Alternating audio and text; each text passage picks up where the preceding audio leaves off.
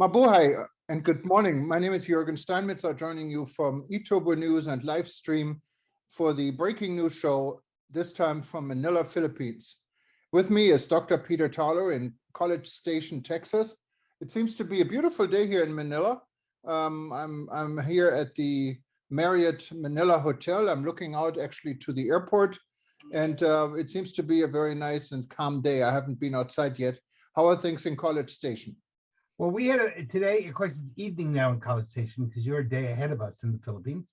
But we had a very rainy day, and actually, most people are very happy about that because we've had almost no rain for well over a month, and we need the rain desperately.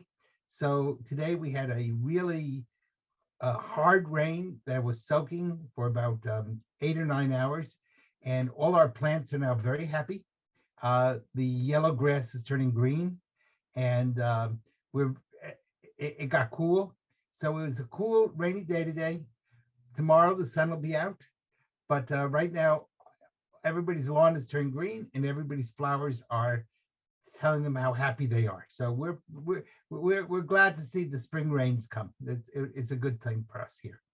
Um, but I'm sure that your experience in the Philippines has been very unique. We won't need to go into some of your personal experiences, but one of the things that the Philippines is really well known for is lovely people and very caring people. And so I was wondering if you could, is that true? And are they hospitable to tourists in the Philippines? I would say more. I think the entire world can actually learn from the Philippines when it comes to hospitality. And that's why the human factor, the Philippines that are working abroad in literally any country in the world. I mean, you can go to the Middle East, like in the UAE, even Saudi Arabia. It's the hospitality industry is run by Filipinos. It's the same in countries even like the Seychelles. And of course, even where I live in Hawaii, there are many Philippines that maybe have an American passport, but they're Filipinos. And Yeah. I have to say, if you experience this here in the Philippines, yes, hospitality and service is it's a big factor. And people go out of their way. They're not going to tell you they cannot do this. They find a way to do this. They're Yeah, that's creative. really important because so much of the tourism industry has failed on customer service. And you would kind of expect that to some extent, the Philippines' number one export has been nurses. The Philippines are known for sending nurses and Absolutely. caregivers around the world. I know when I'm in Israel, I get to see lots of Filipino nurses and or Filipino caregivers, and tourism has lacked that. You see that on airlines. I've been looking at all the various analysis of the various air carriers, uh, both American and European and Asian. And one of the things complaints is constantly on long haul flights, the crew serves dinner and then they disappear for 8 hours and then you don't see them again until breakfast. And they're not checking on you. They're not asking if you need anything. And I did see the review of Philippine Airlines. And one of the things that was constantly emphasized was the crew went out of its way to be caring towards its passengers. So I think that's really good.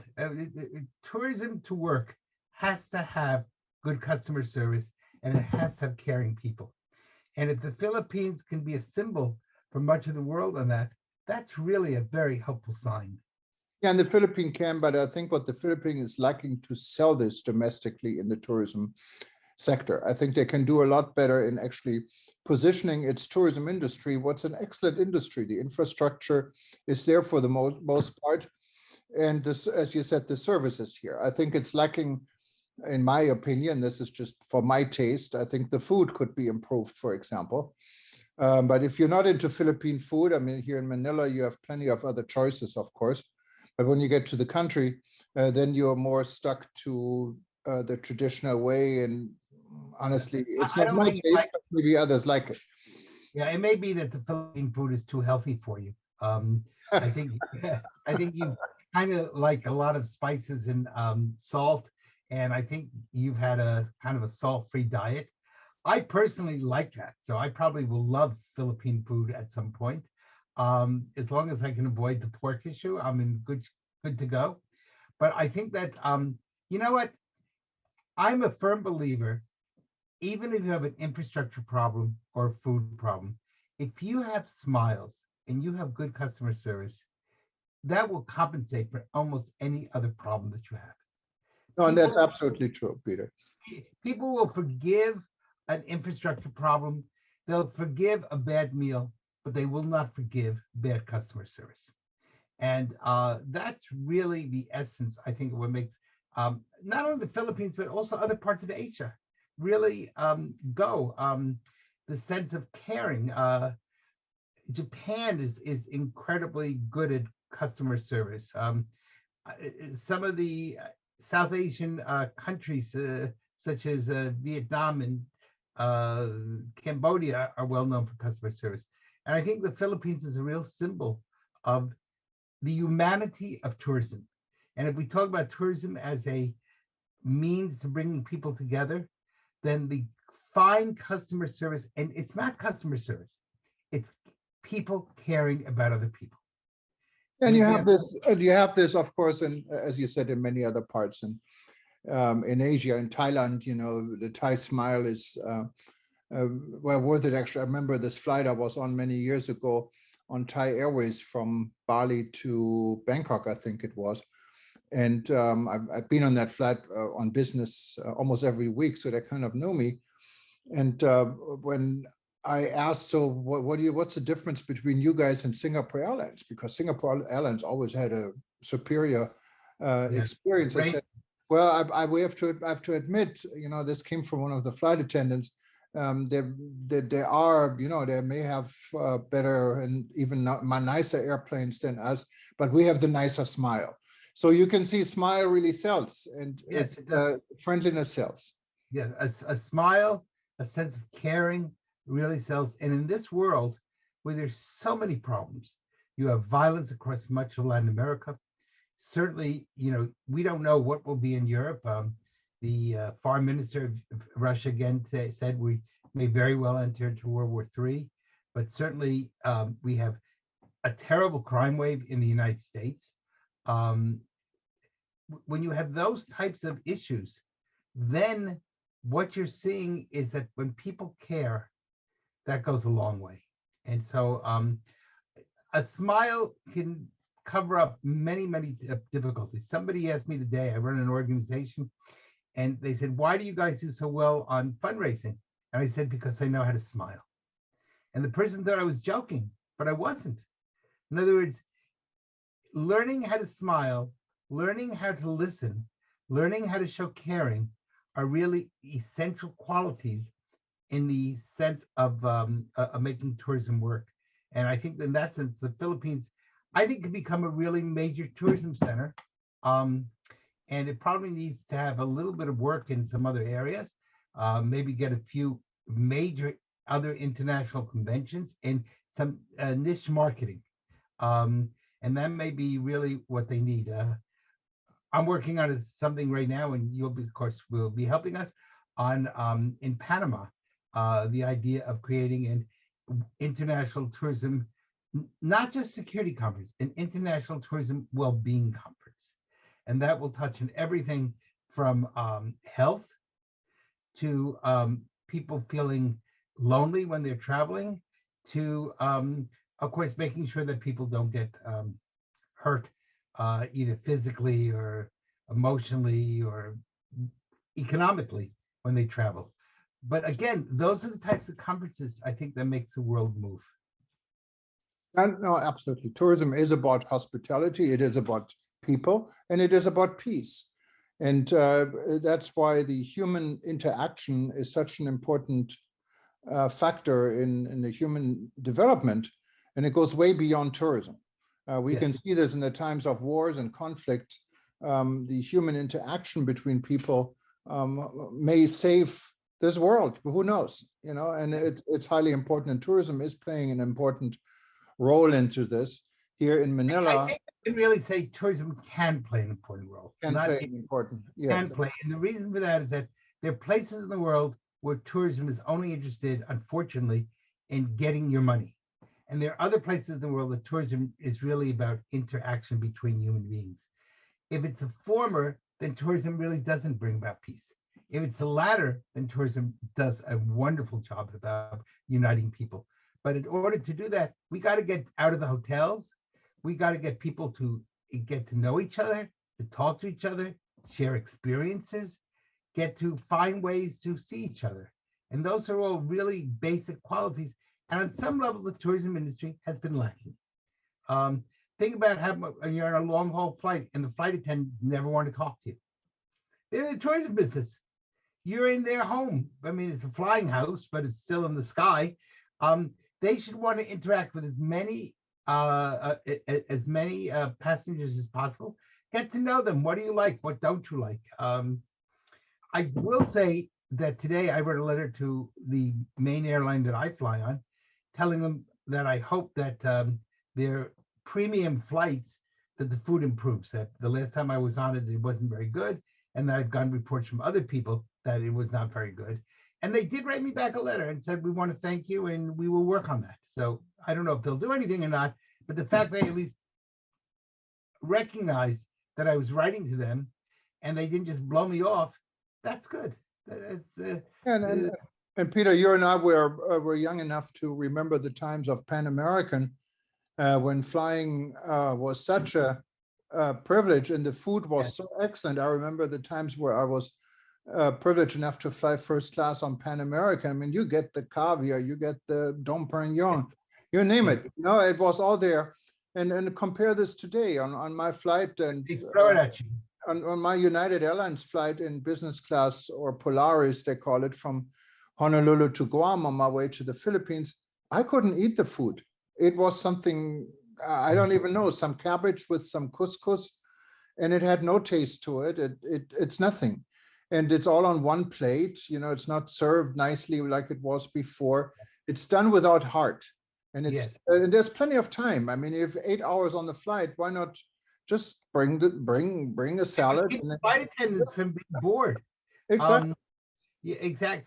I remember, and I'm older than you are, but when I flew in the first time in the 1960s. I was the first person in my family to fly.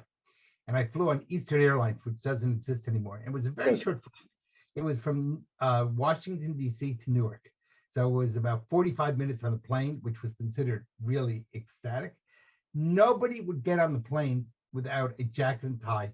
Women wore heels and I remember that. And they actually served sandwiches between Washington and Newark. Today, you'd be lucky if you got a glass of water. Well, you have to be real lucky if you get this. You have to have a medical condition for that, I think. Yes, exactly.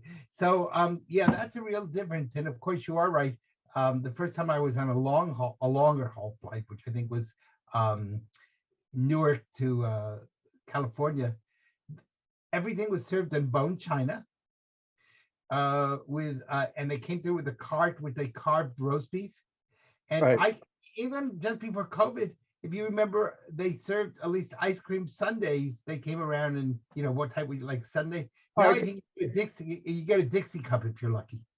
Yeah, no, I remember the time of ice cream sundae on the Honolulu to mainland flights. I had many times in when you fly premium, and it went from Haagen-Dazs down to some secondary brand into some third type brand. You couldn't even taste the ice cream anymore. And then finally they got rid of the ice cream altogether. So yes, I know the times are changing. Yes.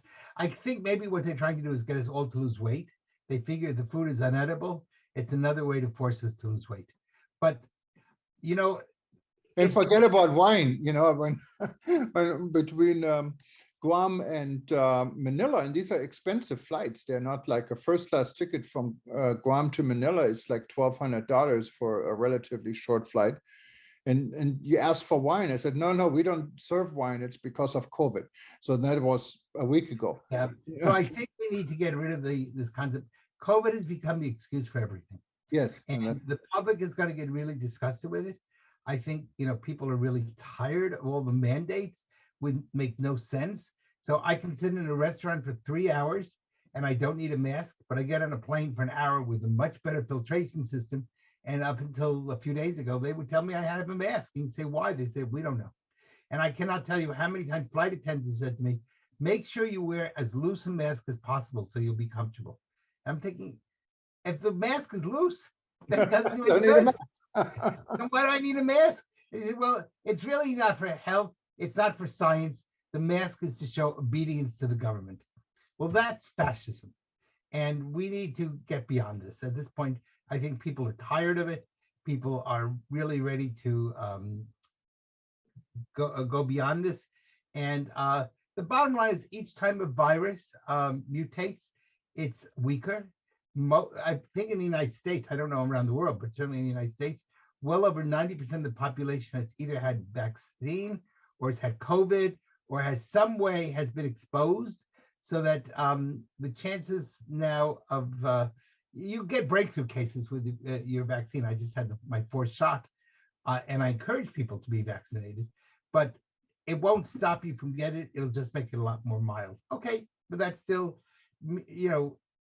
good. And if we can come up with therapeutics which should be easily available around the world, then COVID is no longer, it's a cold.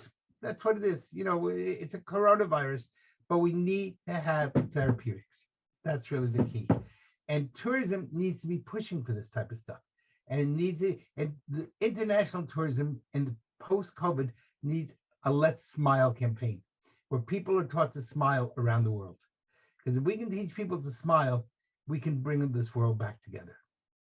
Now, Peter, I couldn't agree more with you. Maybe we should have a smile contest and a Yes. smile award, So- Maybe that would be something for the World Tourism Network.